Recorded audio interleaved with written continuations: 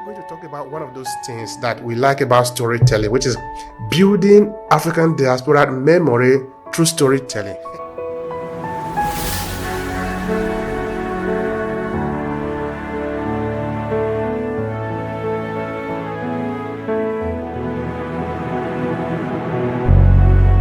From there, anyway, we will still find out soon, because I have two gentle lady and a friend, a man, who are going to be helping me to explore this important topic. You usually say lady, so I'm going to start with Nakasha. Please start by introducing yourself, who you are, and just a small take on the topic that we have today. Please go ahead. We'll sort of pass it around like this. Hi guys, I'm a business owner based in DC, but also have a business in Ghana, and I'm also an author of Play the Game, Hierarchical Assimilation.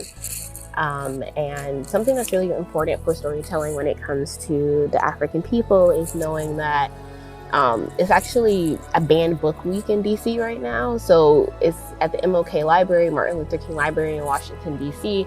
There's something going on about the African authors who had books banned, like James Baldwin and a lot of different people, but one of them that is being evaluated is him. And so it's so important to understand why our narratives would be banned in these types of Western systems and how important our narratives are. So it's super important to get our messages out there, not only for the sake of us who are living now, but for our children and their children, and to pass on the legacy of our imaginations and what we see for the future. And also, Thank you so much for that.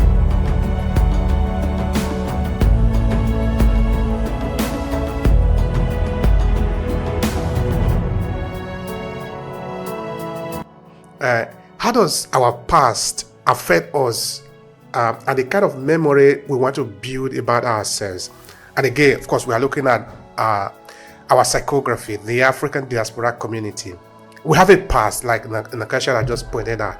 But what role does that past play in our memory and what we want to build for ourselves? Help me understand that. I think our past play a very significant role in shaping our memory. Our past, some of us, and let's be clear, none of us live in our past. Our generations come down to us, but our past shapes our memory. It shapes our choices. It shapes our decisions.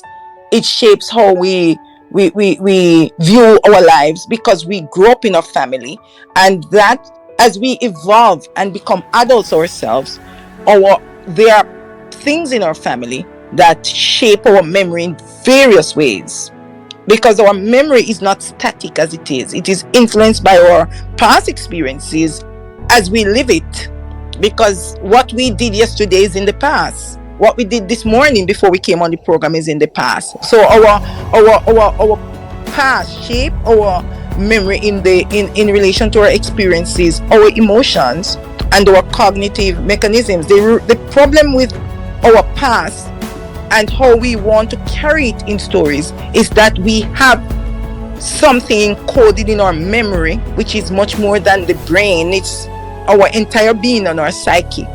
And that information, how it was processed and stored in our memory, will reflect how we tell it. It will influence how we tell it. It will impact how we tell it.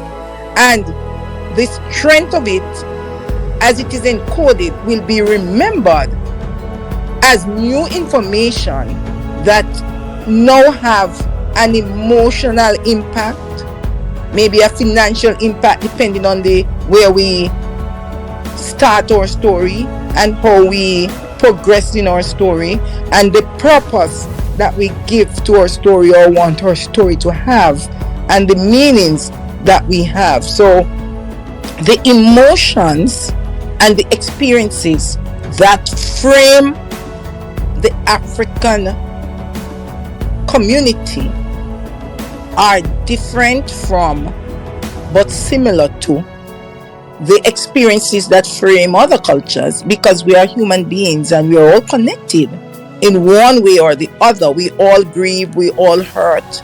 Our hurt might be different, our grief might be different, our loss might be different, our gains might be different, our overcoming is likely to be different because we overcome different things, but our resilience is the same, because resilience is standing outside of what you have overcome.